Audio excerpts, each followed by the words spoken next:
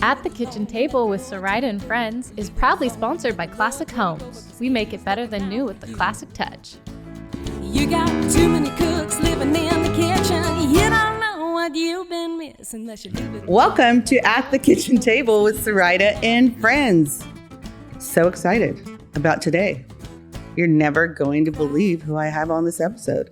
I will let them introduce themselves. All right, how about you? My name is Camden, and I'm grateful to be here. I'm sorry, Camden, that's not true. I'm Paul Evans. I represent House District 20 in the Oregon Legislature, Independence, Monmouth, West Salem, South Salem. Happy to be here. Thank you for being here. And? James Ivory Manning Jr., Senator from Senate District 7, which is north and west Eugene, over to the beautiful city of Bonita, and a lot of farmland in between there. Great. Thank you for being here again. I appreciate it. We had so much fun last time. I thought that, you deserved a welcome back. Today, when I was thinking about the two of you, I think it would be interesting probably for people to know that are watching or listening, how do you know me? How do I get two of these great servants to our community in the same room? Well, I met you doing early on in the session, this past session, and it was like an open house at the convention center. And, it's one of those things that we do every session. We go in and we start meeting businesses. I think that this was what was the Restaurant Association, Hotel Association, Lodging Association. Orla. Yeah, doing their thing. And, a chance to get over and actually for me to get something to eat. And free. Yeah, free is fabulous. I mean, it's hard to eat during session. If you can get a good meal in while you're in the Capitol and stuff, you are doing great. So that was the time for me to get over there and get something to eat and have a couple of beverages. And then I was introduced to you and learned a lot about you and some of the other folks. And then I found out that the work that you had been doing to support Courtney's place and also Boys and Girls Club, and thought you were a pretty interesting person. And then you gave me an invitation to come to a fundraiser. And what I was amazed about is the amount of money that you raised. I'm thinking that, if she gets like $50K, that's pretty good. That was what, $300K or something like that? Something like that. Yeah, thinking I need to hook on your wagon. My friend Paul was there. So I was there. It was a great event. I actually first met you when I was working for Kulingoski back in the day, when you were in the food service industry as a manager, I believe, back 20-ish years ago. And you have not aged. I, however, am a poster child for what not to do. But yeah, I met you then, and I was always impressed by how whatever the rules were of the establishment, you always made sure that people got treated right. And that doesn't happen a lot in cities where there's lots of restaurants and lobbyists and things like that. You always made sure that people felt individual, and then had the good fortune in the last year or so to catch you as a Kaiser City Councilor and some of the hijinks that are going on in the great city of Kaiser. And you hadn't lost your sense of humor or your sense of purpose. So, well, thank you. Go. I just... I know that sometimes that's asked, like, how did you get those two? And I feel incredibly blessed that you came across my path 20 years ago, and you have always, Paul, challenged me with different questions. And you too, James, you do challenge. So I love that. I want everyone to know that's listening or watching that the leaders in our community are volunteers, you're true public servants, and you're people. And when I was thinking about you today, Paul, I was thinking the fact that you started volunteering at such a young age. And I don't think that's something, you don't put it out there because you're humble. You are a very humble man. I don't think you hear that enough. You don't it out there that what you've done because you don't need to. So why don't you talk about all the service you do with firefighting? Well, so my dad was in firefighting for 29 years. His brother started the legacy. His brother was the first in our family to go to college. He went to Korea, came back, and in Monmouth, they were still needing volunteer residents, which they used to call sleepers. So my uncle was a sleeper, and then my dad, who was about 9 years younger than that brother, when he went to town, Grandpa was a little upset that 2 of his boys left the farm to go to school. He didn't really understand that, so they kind of had to do it on their own. Dad got to town with about 13 cents in his pocket, and he became a sleeper and a resident volunteer. And then my cousin, he got involved, and then I got involved and looked at actually making it a career at one point. But little did I know, the smell of blood on a hot day is something I still don't like. So naturally, I joined the military, thinking, hey, I won't smell that. I'll go in the Air Force. Wrong. Long story about that. We don't need to talk about today, but I was wrong about that. But I served on the volunteer fire department for 4 years, and then I went in the military for 4.5, came back. And when I moved back to town, I got back on the fire department. And my firefighting career ended abruptly shortly after I'd gone on 3 incidents, ended up in the emergency room 3 times out of 3 times. And my pastor's like, son, you're kind of a little bit crazy in there. So we're not thinking there's a 4th. And it was at that point really that I started trying to help from the sidelines. And that's why I still care about the folks that we send into harm's way, whether they're police or fire or military. It's a tough job. And when you put people together who are willing to sacrifice everything up to including their life to save others, it's a calling that I still feel, and a little old now to chase fire engines. Most of the stuff we used to do are illegal, but the new fire chief allows me to drive the new engine every now and then and hang out with the guys. So, yeah. Well, thank you. And I thank you for your service, and thank you for sharing. But you really are, you both are just completely humble men, and you come from that. So, James, why don't you talk a little bit? So I feel policeman, Department of Corrections, drill sergeant. You've obviously you've done some research on me, but before I go into that, I want to say, how much I really appreciate Paul. When I first started on this legislative journey, one of the first people that I had the opportunity to listen to was Paul. He came over, there was a bunch of us gathered, and they were telling me, he said, yeah, we got a veteran that's coming over here. He's Air Force officer, and that's Paul. He came in, he spoke, and I'm like, yeah, this guy's pretty cool. And little did I know that was the beginning of our relationship, because there were a couple of times where he invited me down for a fundraiser that he was having at the Elks Lodge. I didn't know I'm my Elks member as well. And we're shooting. And I didn't know it, but he had characterized this as I was the guest of honor. You were the guest of honor. You even got to shoot at me. What? Yeah, he did that twice, different years and stuff. And I'm like, so anything that he asks of me, I know his heart. He didn't have to do it. I was in Eugene, and he offered that platform for me and gave me that extra exposure. And since then, we've had a chance to do a trade mission to Taiwan together and stuff where we really bonded and stuff. Yeah, I bet. Yeah. I got to tell you, he's incredible. He's cool. He's kind-hearted, and he's smart. He's someone that I look forward to partnering with. Thus, when you called me and said that you had invited Paul Evans to be here and asked if I would come, I'm like, no hesitation. Of course, I'd love to be on the podcast with Paul. Some of the remarkable things that he's done and that he continued to do. And we have a lot of things, so many things in common. Public service is a quality that very few people have, especially when it's sincere. And Paul is very sincere about it, as you are. So this circle right here, even though it's more like a triangle, is something that I'm very, very happy to be a part of. And you mentioned a little bit about my background. Mine started off when I was in elementary school.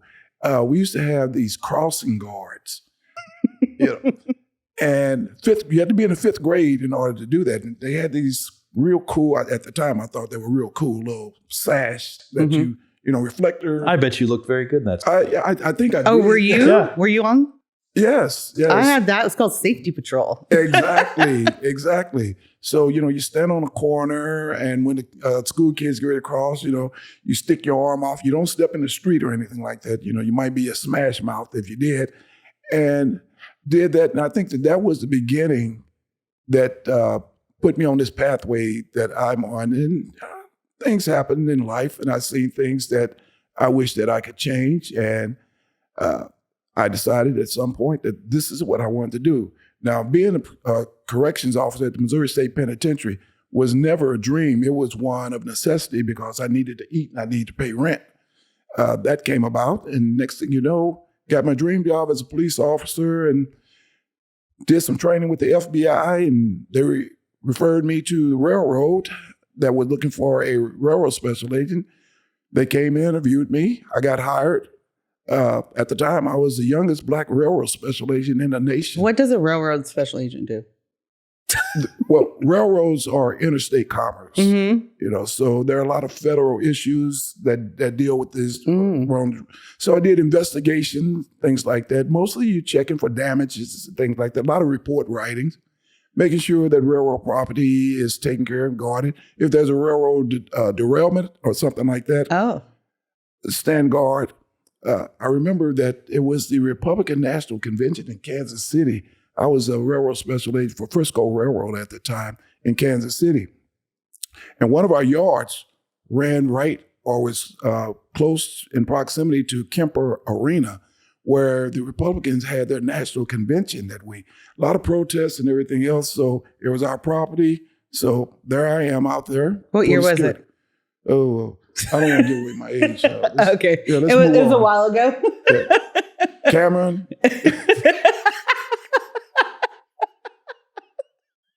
Cameron's Camden. Cameron. No, leave that in, Camden. Leave it in. Yeah, somebody. I like it. Okay. So you both spent lifetimes. I mean, really lifetimes. I don't even know what it means to be a year overseas. And I have huge admiration for both of you. And thank you so much for your service. You are true, both Superman. You're both Superman. What would you tell someone younger that is thinking about enlisting? What kind of grain of salt would you? So before I answer that, I haven't had a chance to brag about this guy yet. Okay. Yeah, please do. There's a reason I wanted James to be at that event, and the subsequent event is that I saw in James a kindred spirit and a brother. Mm-hmm.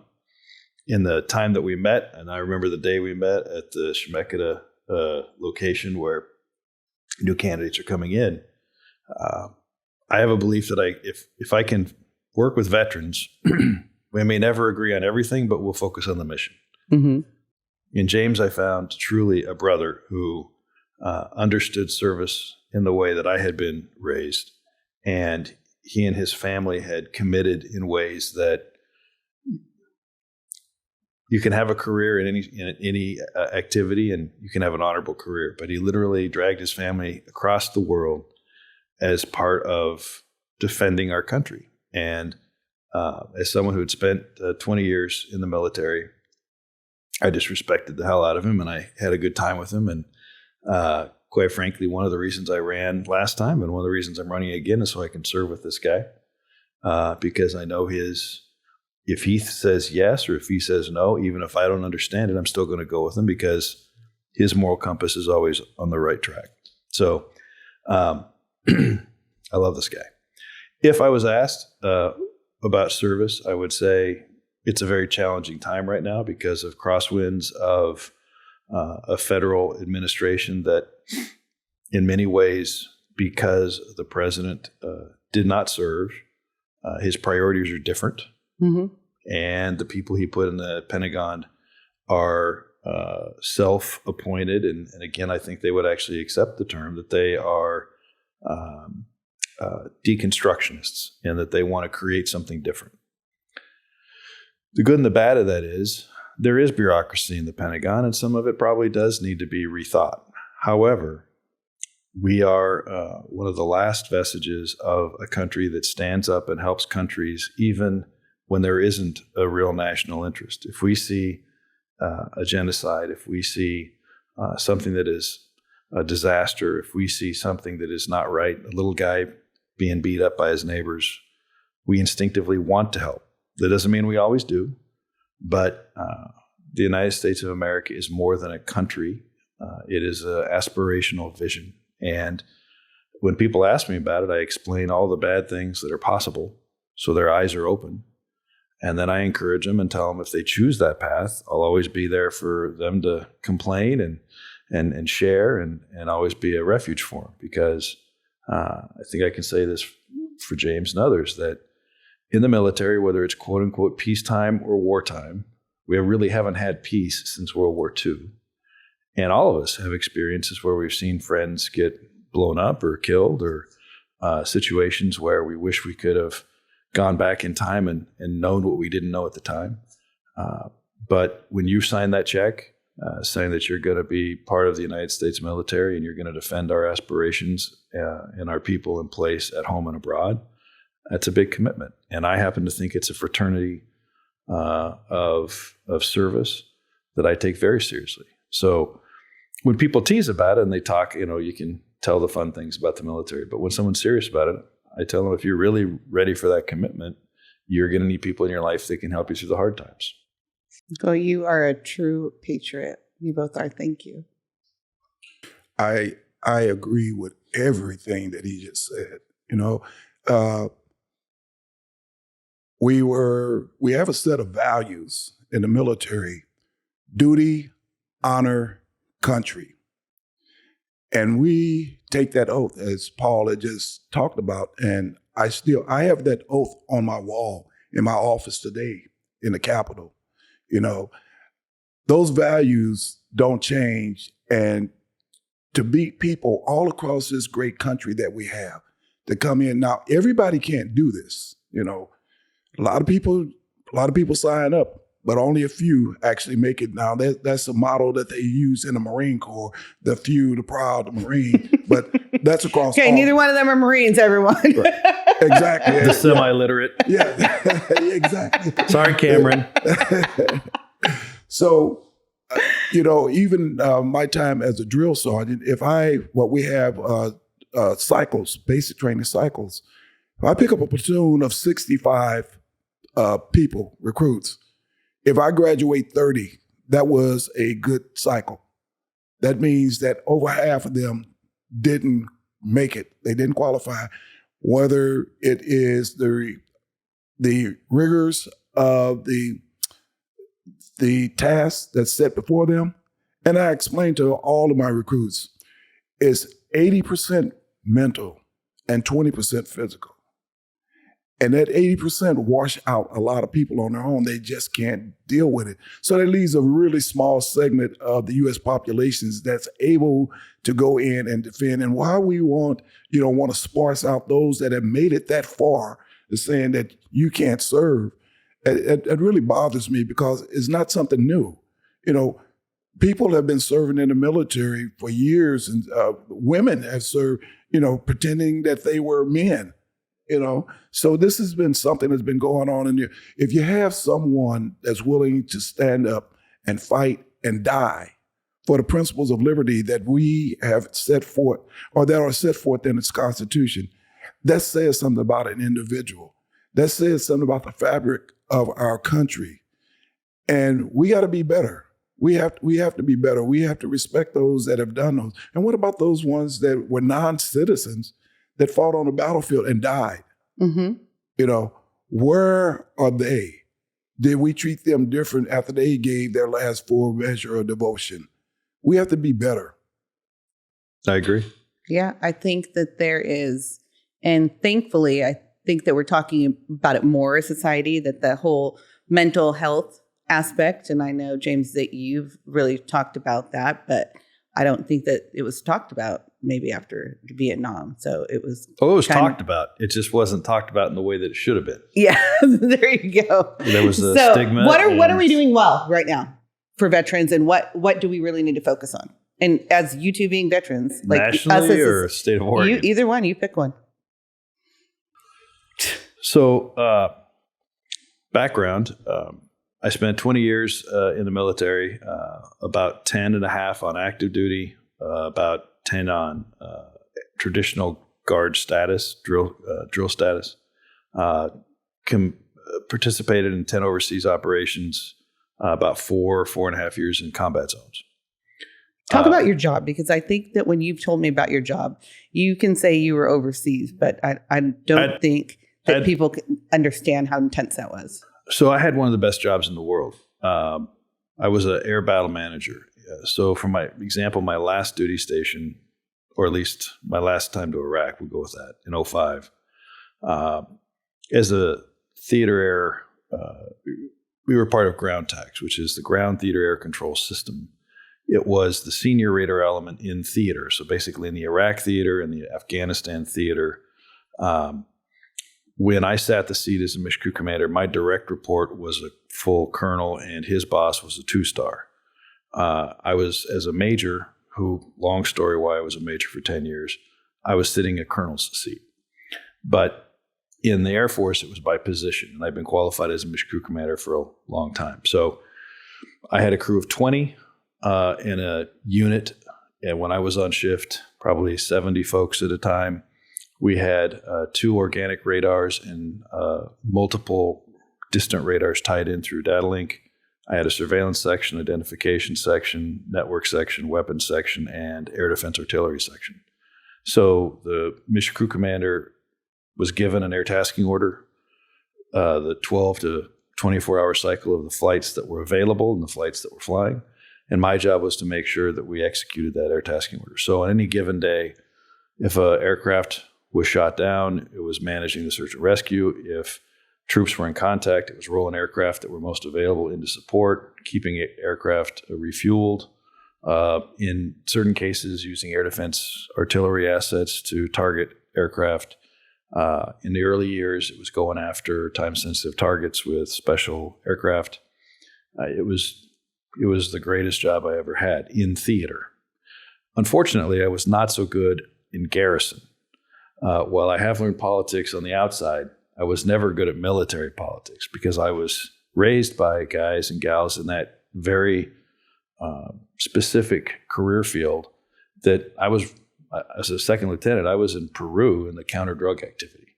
So I came up rough, came up on the combat side, and my leaders basically, if you made major, it was kind of a surprise because usually they'd get fired before then. So I was taught that use your rank to protect your crew, to execute the mission, and you'll sort it out later. So I had a great career that way, but I eventually ended up as a policy advisor for Governor Kulongoski. And then when I got elected in 2014 to the House, I got assigned to the Veterans Committee and I chaired it for 6 years. Oregon is doing a lot of things right for veterans, but we are somewhat in a negative space because we don't have any active duty bases. We lost our TRICARE network when the operations schedules changed and we weren't sending so many folks overseas active duty. So a lot of the docs and providers pulled out of it because it's not great reimbursement. And ultimately, because we are basically a support team to what the federal government provides, what's going on at the federal government, they have cut 15% of their workforce.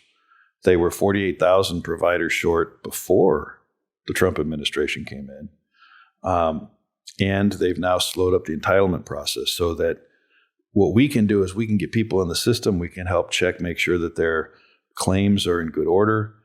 What we've tried to do is fill in gaps. So campus veteran service officers and county veteran service officers and programs for ODOT so that people can get a ride to their care.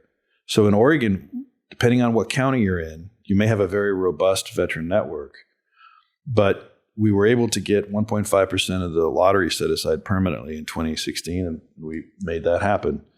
Historic vote of the people, big important thing. Unfortunately, the way that it works in the veterans world is we know that there's about 240,000 veterans living in Oregon, but U.S. Department of Veterans Affairs only knows the number of veterans that have actually filed a claim because our system is the only one in the world that doesn't actually provide healthcare first. First, you have to prove that you've earned it. And there's about half of the number of veterans right now that aren't eligible for services. So we spend a lot of our money going to outreach to try to get folks in the system. When you say they're not available or they're not eligible or available, what does that mean? VA doesn't know they exist. Instead of what other countries do, where as soon as you're done in your service, you start going to the Veterans Health Administration, we don't have that. We have to, it's a legal process. You have to actually be adjudicated, prioritized, and then you might get care. So it's one of those things where a lot of veterans don't sign up because they think they're taking away something from other people, when in fact, because it's a mandatory payment entitlement, if they go through the process of registering, even if they don't get anything, they still count as a veteran. So they've got to provide X number of physicians, X number of nurses, et cetera. So one of our jobs is try to figure out ways to get more people in terms of outreach to actually sign up for the benefits, whether or not they get something. They at least count it as a bead in the pot, so that when VA looks at what they've got to provide, they count it. Right now, they don't get counted. Paul is absolutely correct. Each time I go out and I address veteran groups, say VFW or some of the other local community groups, and I'm talking to veterans, some veterans, they will come back exactly as Paul has said. They would say, well, that's welfare. I don't want that. I'm like, that's not welfare. That is something that you sign up. That is a benefit. It's not an entitlement. It's a benefit that is associated with you signing your name on that contract, saying that you will support and defend the Constitution of the United States. Above all things else, other than yourself, you will sacrifice yourself. It is a benefit, a contract between the individual and the government. And if you don't file, at least go and register. And I explained to them, if you don't register, okay, if you don't want to accept your benefits, then there are those out there that need this. Your numbers, when you add your name, the numbers go up. That means that they know that they need to provide more practitioners. They need to do more resources or things like that need to be added to the pot.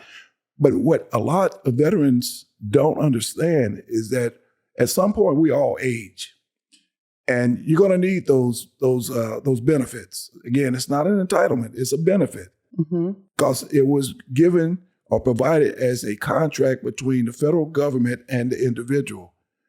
At some point, you may need to go into a veteran's home. You may need veterans dental care, and we did a bill to help expedite that part, because if you don't have a disability rating of 100%, you cannot get dental care in this state. So we've done some bills and stuff to make sure that veterans. Wait, pause, time out. So you only get dental care as a veteran if you have 100% disability, right. And then anything below that is zero? You don't qualify. For dental. For dental care. For dental care. Write your reps and senators. Well, we're already working on that. Yeah, I have no doubt. And we have shrunk the time frame that requires, once a veteran goes in and put in a claim for dental care, because dental care is health care. It used to be that they were not seen for months and months and months. Well, we shrank that time where we made it mandatory within a certain period of time. Reasonable. And we work with OHA and everybody else, don't want to put pressure on everybody, but we do expect that these veterans are going to be treated properly and with respect. So we've gotten that done. That was a good thing. But then again, back to the issue that Paul had brought up, you don't have an accurate account of how many veterans are here in our state. When I came to Oregon, there were over 300,000. That number has dropped down considerably.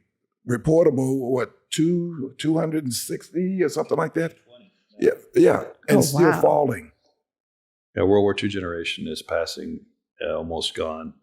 And now the Korea-Vietnam era is the group that's starting to pass. Yeah, we need to take care of our veterans. How has your personal experiences been working with the VA with medical?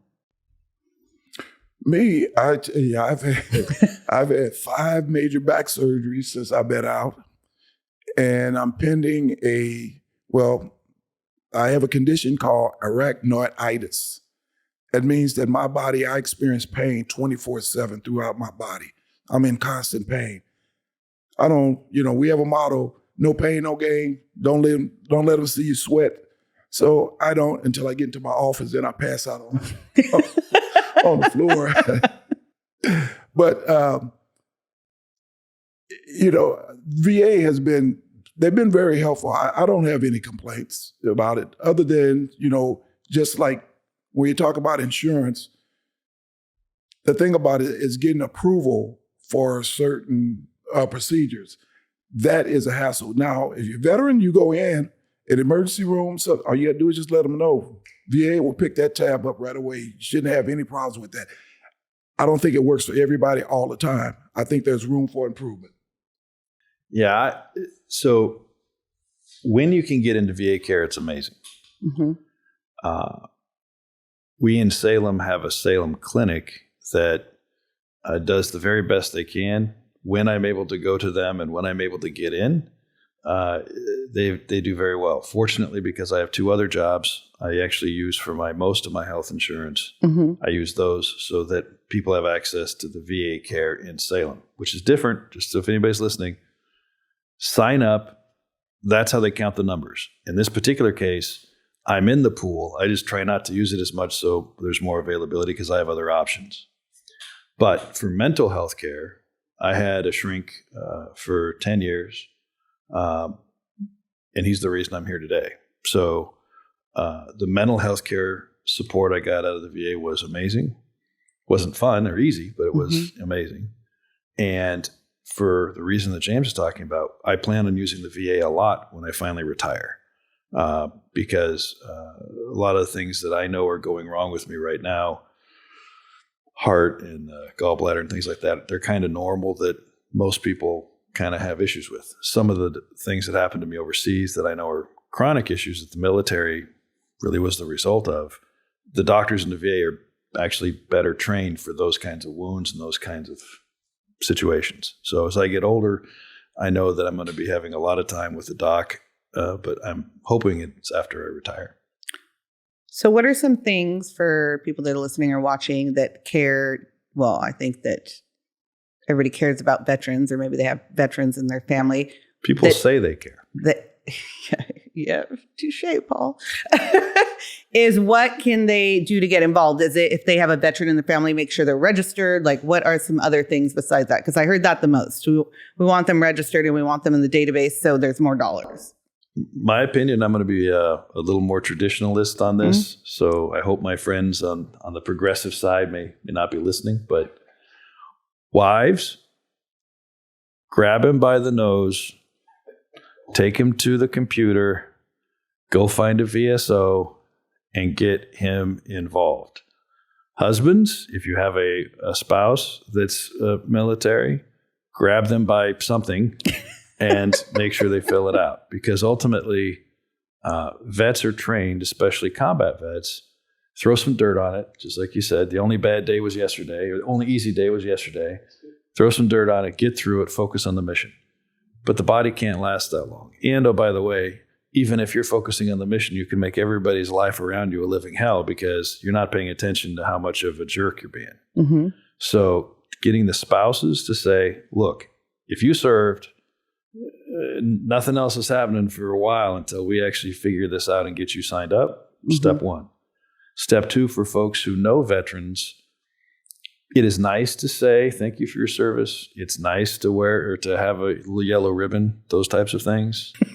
What really matters. Paul, you kill me.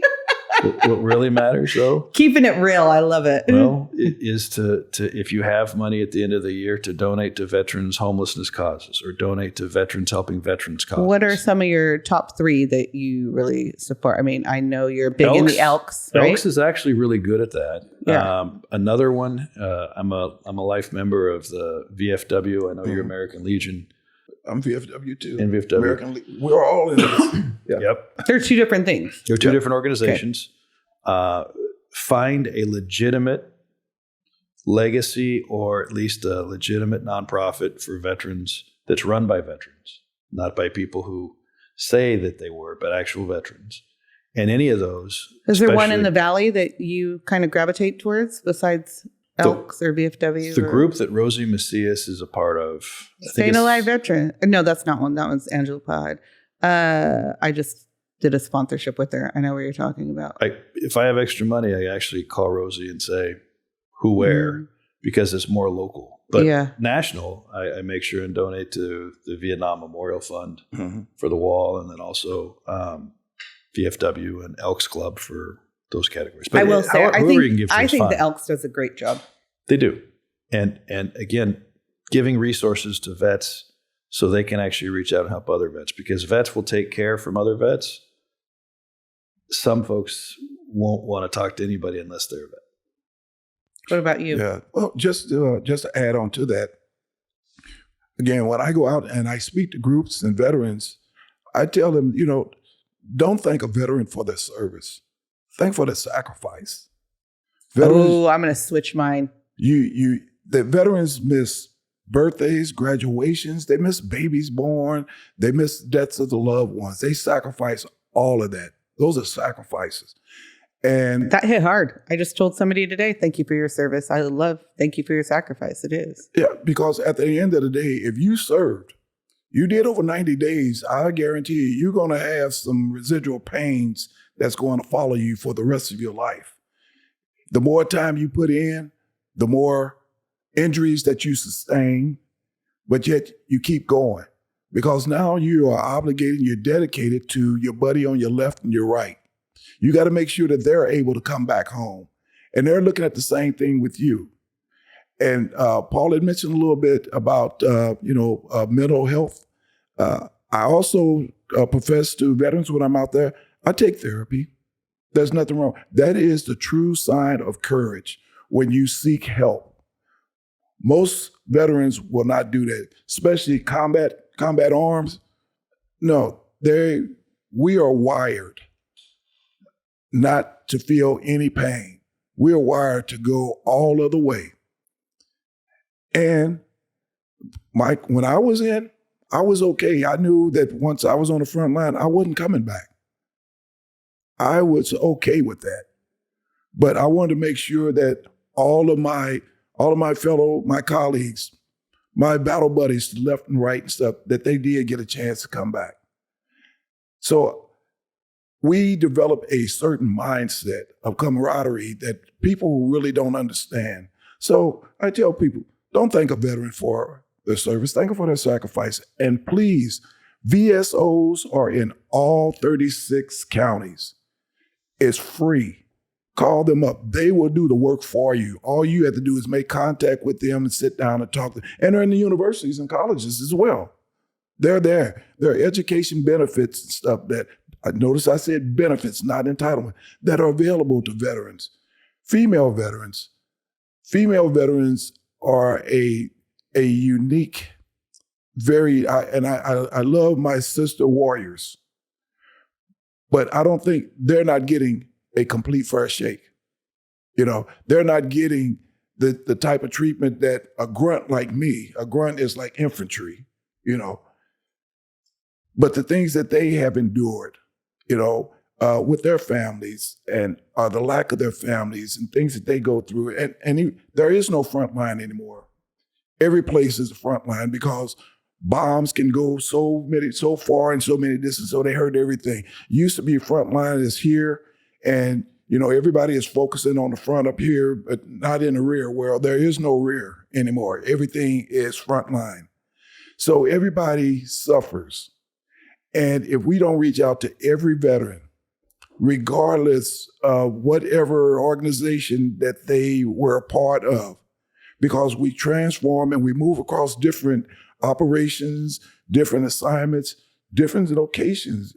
Paul had mentioned about him being up in the front line in the war zone multiple times. I've been in South Korea multiple times and stuff, and it's a different feel. When you had a saying that when the balloon goes up, you better be ready. Well, when the balloon goes up, if you're not ready, then, that's it for you. Yeah.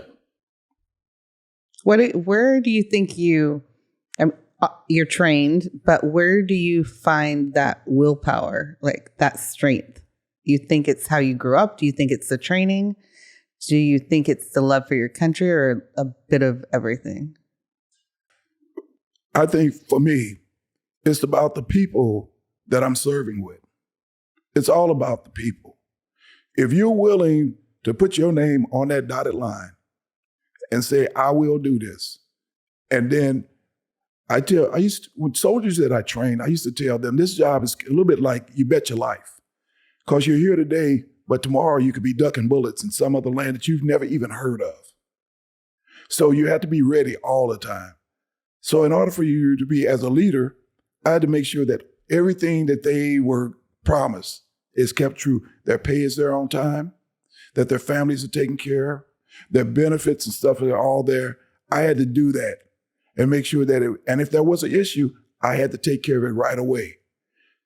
By doing so, they can focus on the mission. So in my case, I think 3 elements. First is faith. My faith teaches the most important sacrifice you can give is your life for another. My family, a lot of my family tried to serve in the military, but because of World War II and them having a dairy background, a lot of them weren't allowed to. And in Vietnam, some injuries got in the way. But my uncle was a Marine at the Chosin Reservoir, which for those who know Marine Corps history was a pretty bad place to be. And I was mentored by a family, and then when I joined the military, he said some things that I can't repeat on even this forum because I was not a Marine, and oh my God, I was an officer. So that first Thanksgiving was a little rough. But he said, look, find an NCO that's worth something and find an officer that can mentor you. And I was blessed. I found Tom Perry. He was a tech sergeant when I got in as a lieutenant. We grew up together through the ranks. I had Eric Firkin, and I had Gino Lee, and I had Mark Bontrager as mentors.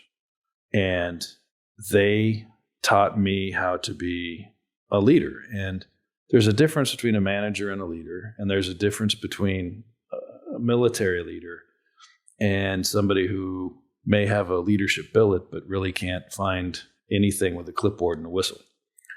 And one of my chief master sergeants said, his last rank, Congress has to give chief in the Air Force E9, the final one. Only 1% of the Air Force gets that. And he's like, look, as an officer, once you get out of being captain, if you ever make it to major, which again was a doubt for a while, but once you make to major, every rank after that is extra. Like you use it to protect your guys, knowing that you may have to actually, as General Lee said, kill or get killed the thing you love most, your guys, for the mission. But the saying of mission first, people always, is that your team knows you're doing everything possible to make sure it's not them. So if it has to be them, they know it isn't because you were careless or you didn't care about them or you didn't think about it. It's a synergy. It's a team, because when people are following a leader in the military, they're trusting you with their life. And that sounds trite, but in 2003, I lost a sergeant and I sent 3 home with missing parts. And the thing that made me feel even more weird about the whole thing was everybody involved would follow me again. And it's that kind of relationship that you don't want to fail them. And you want to make sure that they know and you know you're part of a team and that you live up to those responsibilities. That, to me, that's what drove me to keep going back, because they were my kids. I raised them, I trained them, and that's how I was taught. That's absolutely correct. Again, I tell you betting 1 million, everything you're saying. Well, see, if I sit next to you, I get smarter. That's kind of how it works. It's kind of osmosis. This apple juice is really good. Yeah, it is. Faith is plays a strong part. It does. I remember when we'd be out in exercises, we call them FTXs, field training exercises, and you have a brigade, and we're all gathered around, and they bring the chaplain out The military chaplains are very, very special. I mean, like they're non-denomination. They talk to all faiths and everything else. And to be out there in the field on that Sunday, because this is about the only 15 minutes of any peace that you're going to get, you know. So everybody is going to service. Mm-hmm. And you sit around and you listen to the words of God, and it draws something else into you because of all of the people that are standing around, rainbow of colors, different backgrounds, you know, people from rural areas, people from urban centers, all together under one banner. I mean, it sets a resounding message. And the military has led the pace of change in America for years. We're talking equal pay. You're a certain rank. That's the pay that you got for that rank. You have certain positions or you need certain schools and stuff, that all these funding and stuff. There was no exception. The only exception was the soldier or the sailor or the airman if they chose not to. But then why would you even want to be around this elite group? Because everybody was trying to be better, and you challenge yourself by whoever your buddy is. How are you going to get to the next rank? What do you need to do? What is the pathway? And then it comes down to the mentorship that Paul just mentioned. You know, your integrity. Your integrity has to be above reproach. If your integrity is doubted, and they do like for officers, they do a officer's report. Officer OER, yeah. OER. Evaluation report. And for NCOs, they do a NCOER evaluate. And for those that are not in those ranks, then we do counseling statements that have certain things. But if you have one of those values that is a no, you're done. You're done. Just one. I think that's beautiful. I love that you both touched on faith and just to have, I mean, really, isn't that America? Just different walks of life in a room. It's supposed to be. Same goal. It's supposed to be. That's right. Where I feel more comfortable.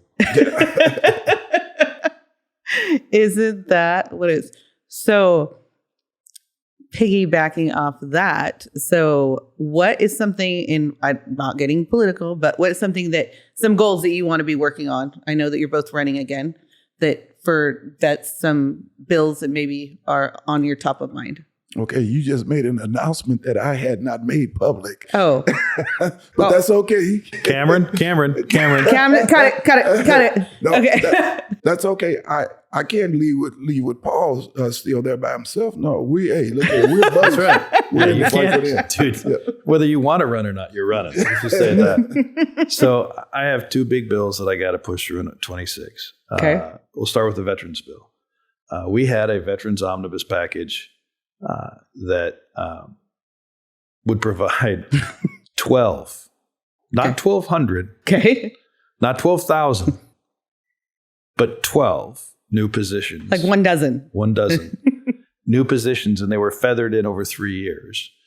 And most of them were designed to expand on we have in the Oregon Department of Veterans Affairs, the thing we do really well is we have coordinators for specific experience blocks. So we have a women's coordinator, we have LGBT, we have a college and university coordinator.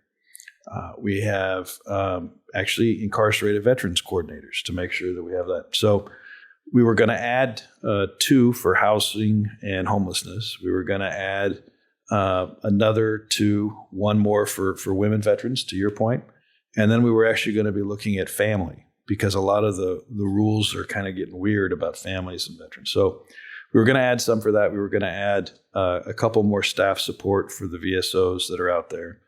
And then we were also going to add 2 new positions for financial awareness. A lot of vets, especially when their veterans are coming back and they're still trying to make sense of the world, mm-hmm. the spouse doesn't know a lot of the rules. and companies are taking advantage of them.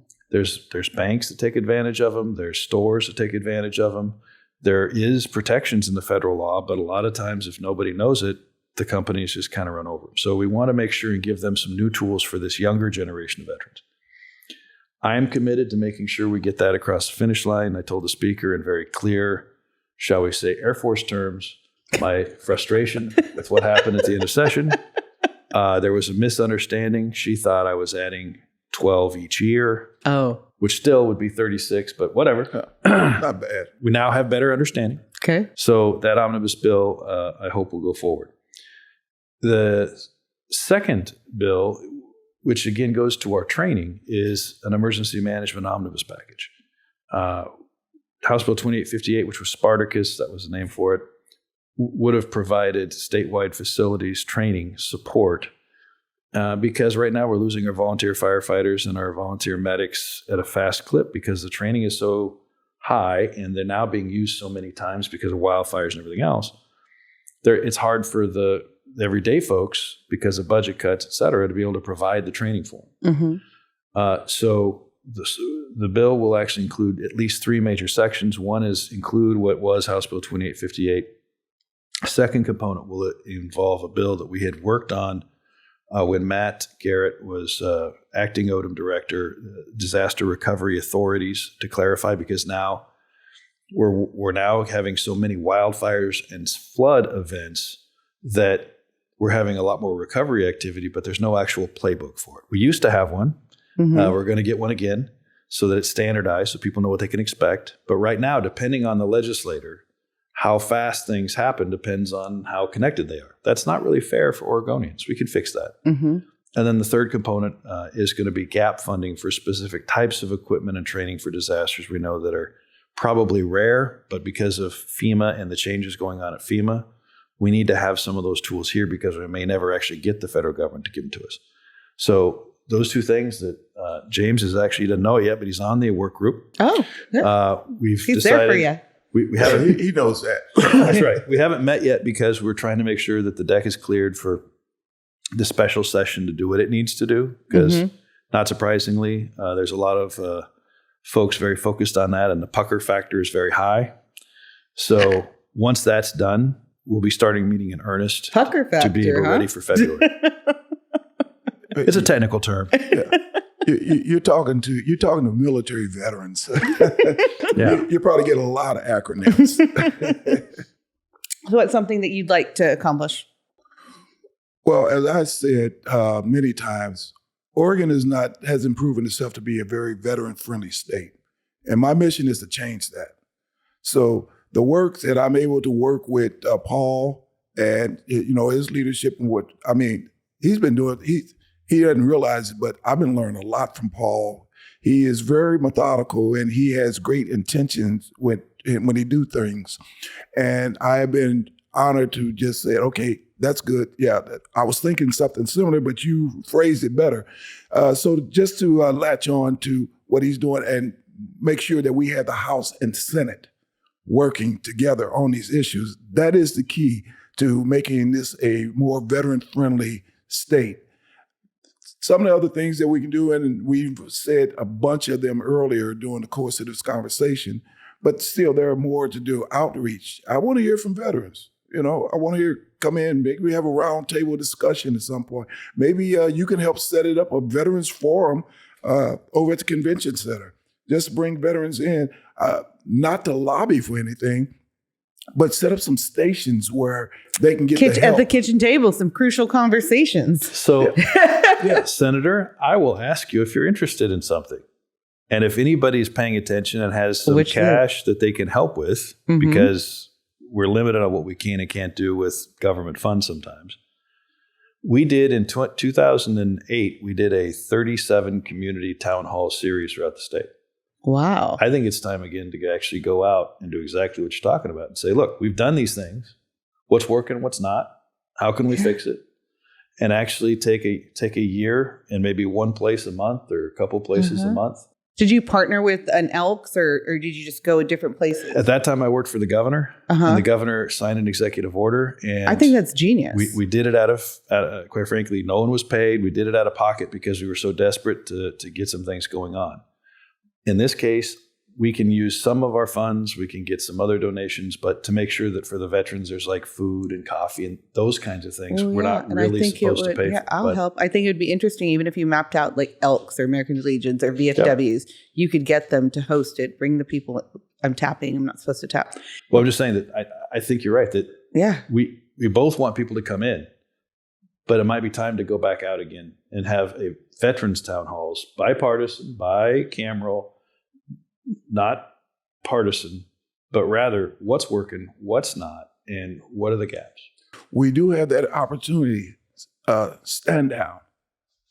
Stand down is an annual that's event. what Rosie does. Veteran stand down. Mm-hmm. Yeah. So hitting some of these, but then I'm assuming that every county has a stand down. That would take a long time for us to get to 36 counties. What we're talking about. What, 36? If you had a committee of like 10, you could divide them up. All right. If you're interested. Yeah, I am. Maybe it's something the Veterans Caucus can work on.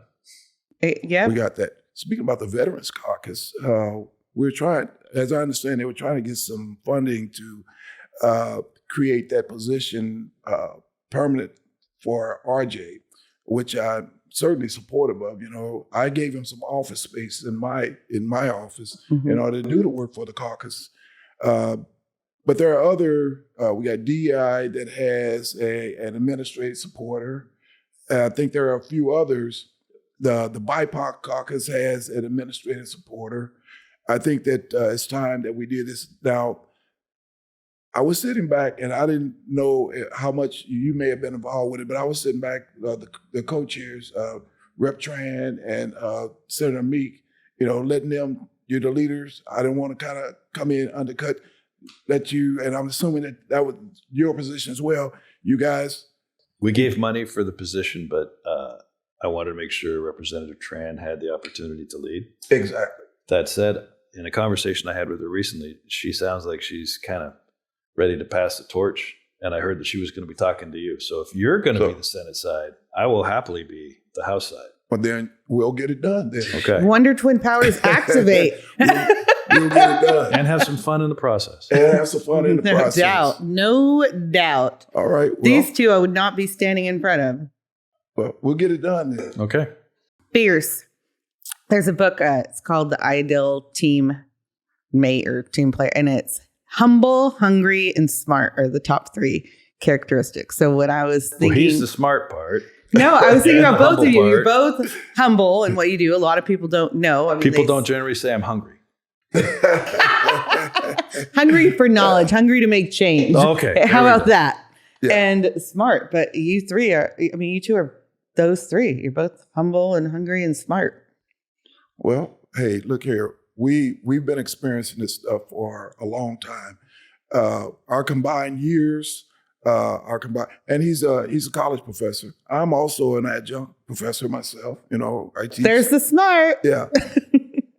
And the thing about it is that there are just so many things that Paul does that I'm like, that's amazing, and I agree with that. It's rare. It's right back at you. Very rare that I run across someone and I'm like, well, no, maybe not. Paul is always spot on because his heart is there. He works with his heart and his faith, and his values and his integrity is above reproach. Those are qualities, special qualities that not everybody has or not everybody shows, and he wears it every day. So I got to say, when I heard that Paul was in the hospital, I mean, I got upset. I'm trying to figure out what happened. Can I go over to the hospital? Wait a minute, I shouldn't go to the hospital because I'll be, barging in on something and it's personal.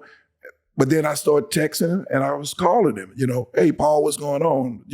You can't do this. You don't have a 4187 putting you on leave. I remember that. Yeah, you got to get approval before you can do that. So Truth in Advertising, the docs, Salem Health did a good job. my heart. I didn't realize I had one beforehand, but it's getting in better shape. Going for another surgery in about a month, and then after that, hopefully back to full speed. We'll see. Going on your tour of town halls.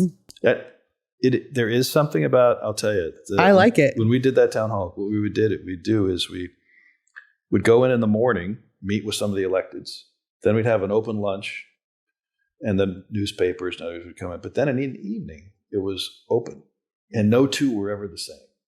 Yeah, I love that. And you totally could divide and conquer. Really good.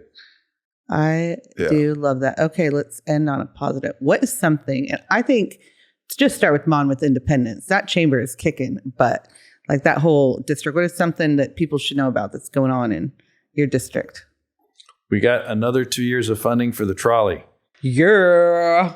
So we don't call it transit in the small town. We call it the trolley. Okay, good to know. It's completely transformed the ability of folks who can't afford a car or other type of transportation to get to their appointments. It's helped the students who don't have access in some cases. It's actually helped parents who can now make sure that their kid is on the trolley to go to How much is activities. the trolley? How much does it cost? $0. Oh my gosh, I didn't know that. Everyone go hop on the trolley. But here's why, just to make sure. It's not going to be free forever. Okay. But what we're trying to do is showcase that if it is free, people will use it, and then find value for the use of that instead of people driving cars. So the student government at Western, the City of Independence, the City of Monmouth, the school district, and other supporters are all saying, look, if we use this trolley even a little bit more, because right now it's 14,000 people a month, we don't have to widen the streets. We don't have to change some of the parking. So things. great. We don't have to even add more parking. I love that. So it's a community approach, and of all the things that are the most fun right now, that's something in Monmouth Independence is it looks great. I went to Monmouth Independence, had a business breakout for their chamber, and they're doing great things. They are. Newsletters. Don't let people know though. Oh, too many people want to move. I mean, James and you, that's fine. But okay, thank you. We don't want some Californians coming in. We're good. Doing some great things. We're good. Yeah. Well, with that, what's going on in your district? well, first let me just tag on the Vietnam moving wall still coming. Yep. It's coming September 19th through 21st. Yeah, they need volunteers. I owe you some money that I'm going to be putting. Just send me that link again, so I can go ahead and we'll do that. Put that money in our. And the money, just for folks that are tuning in, money for the cost of the travel. Can you say something about what he's talking about for people that are watching and listening? Because I think it's super cool, and I know that it is a 1/5 or 1/4 sized version of the Vietnam Wall that's in DC, and it comes out on multiple trucks. It's very hard actually to get, and it's like a 24-hour, right? I saw the volunteer list. Yep, 24 hours a day for 3 days. Independence actually put in for it. The Independence American Legion was the lead, and the VFW is a follow. It's completely dependent on volunteers. The money all goes for the cost of transport, maintenance, and upkeep. But it's going to be really special because 100%. We recently, with some of the renovations in Independence, we had to move because the first Vietnam Memorial in Oregon actually was in Independence. Oh, wow. And fun fact. Yeah, it was put in 76. But it had to be moved. And there was a whole lot of emotion around that, as you might suspect. So we have a new Vietnam Memorial in Independence, but having the wall come out is a real special gift because some of the folks who put that first one in are starting to get a little long on the teeth. And we want to make sure they get a chance to celebrate it. So it's a really big deal for us. That is amazing. So where can someone look that up? What do they look up? The name, go to the web. If they can't find anything, contact our office or contact James. Okay. And we'll get you Rep to the Evans link. or Senator Manning. I think that City of Independence also would know. City of Independence. That's wonderful. That's great. Yeah, that's a big thing. In 2014, I was EWEB commissioner, and MOA brought the traveling wall through Eugene. The amazing part about it is that a lot of Vietnam veterans, while there are a few that will actually go up to the wall, there are a lot that won't. They will stand off because of the emotion and stuff that's involved with that. Hopefully it is a point of healing. But then, when they say war is hell, war is hell. You wind up, you're scarred for life, and then how do you deal with that? That's why we have to make sure that Oregon is a veteran-friendly state. There are benefits that these warriors have earned, and they should have. In Eugene, what's going on? Well, Tracktown USA. Got to do a plug for them, Yeah, the track, it's coming soon. Track and field is coming back to Haywood Stadium, Haywood Field. And, it brings in a lot of people from all over. One of the reasons why Eugene Airport is getting ready to put in another concourse, because of all the international travel and stuff that happens and stuff here in our state. That's pretty huge. So I'm excited about that. And pretty much, I got some travel that's coming up. I'm on my way. I've been accepted to the Henry Toves Fellow program in Lexington, Kentucky. I'm really excited about that. And then I'm on my way to back to Ireland. I saw something talked about going back to Taiwan in October. Have you heard about that? Yeah, it's actually in November. Oh, it's in November. And you're going. Okay. I may have volunteered you. If you're going, I'm going. Voluntold. Yeah. November and first week of December. All right. Hey, I'll have you back by Christmas, I think. We had some fun over there. I have no doubt. The people are so amazing. And some of the things, I took the bullet train. That was awesome. I remember when we first... How fast are those? Like that. 220. Holy moly. Yeah, it was amazing and stuff, I remember we went out on a platform and I had my back turned, and next thing I hear someone go, shh. I'm like, what the heck was that? It was a train that went through that fast. It was amazing. They feed you a lot. So before you leave, I have to brag on him one more time. Okay. For your listeners, your watchers, your readers, whatever other adjectives or verbs, if you've not gone to the Oregon Vietnam Memorial at the Capitol grounds, you need to. And it was this guy who made sure the final lump of money didn't get stuck down in the, shall we say, basement of Ways and Means. I had a little bit to do with it, but this man was a champion on getting that last bit done. And if you've not been to it, it is among the most appropriate, amazing, subtle, but just very well done war memorials I've ever seen. And powerful. It is. It really is. So thanks for that. Well, Good thank on you there, James. Team effort. You're never, there's a little bit more of the humble. You would never have. I would never take credit for hard work that has been contributed by so many hands. And certainly Paul was at the forefront of this thing. We had press conferences and everything else, and so we really worked hard on that, and we got it done. That's got to feel good when you accomplish something like that. It was a team effort. We like I said, we did press conferences and everything else. All in the room together and all donating money, and we're doing challenges to each other, and it was a big effort. But that committee that worked so hard on there, they worked really hard. Well done. Our state is lucky to have you both. I'm blessed to call you both friends. Well, a question for you. What are you having for dinner? I don't know. After all this, I think I might pop over to the Elks in Kaiser because, I am a new Elk member as of this year. They have dinner tonight? Yeah. They should. Oh. They have good food specials. Maybe that's where we'll head next. No. What could possibly go wrong? At the Elks. What could? Right? What could possibly go wrong at the Elks? Because the Elks support veterans. That's right. Thank you both so much. This was great. Anybody watching or listening, I reach out to Senator Manning or Rep. Evans, and they're just wonderful people. Remember, they work hard. They're public servants, and do your homework when you're looking at things. Don't take just one person's opinion. And we are so blessed to have them serving our state. Well, I appreciate it. Anytime that you bring Paul on, if you say Paul, then you call me. I'll be back too. I think next time I'll have you back so you both can tell listeners about your Taiwan trip. That would be fun. Yeah. Great. Oh, they make good clothes too. Nice suits. Nice suits. That's what I've heard. Yes.